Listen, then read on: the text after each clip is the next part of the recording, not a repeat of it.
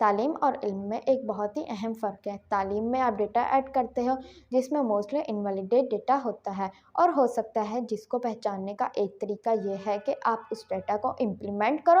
اگر وہ expected results نہ دے تو وہ انویلیڈیٹ ڈیٹا ہے یا اس میں کچھ تو جھوٹ ہے۔ علم میں آپ انویلیڈیٹ ڈیٹا ڈیلیٹ کرتے ہو اور جو بچتا ہے وہ ویلیڈیٹڈ ڈیٹا ہوتا ہے۔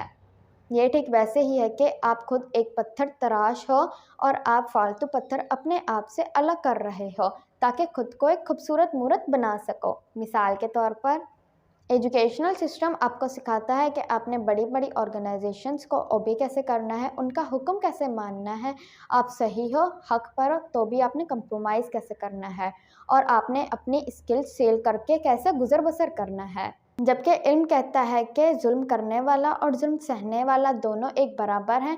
علم آپ کو غلامی کا سبق نہیں دیتا بلکہ آپ کو آزادی کی تلقین کرتا ہے۔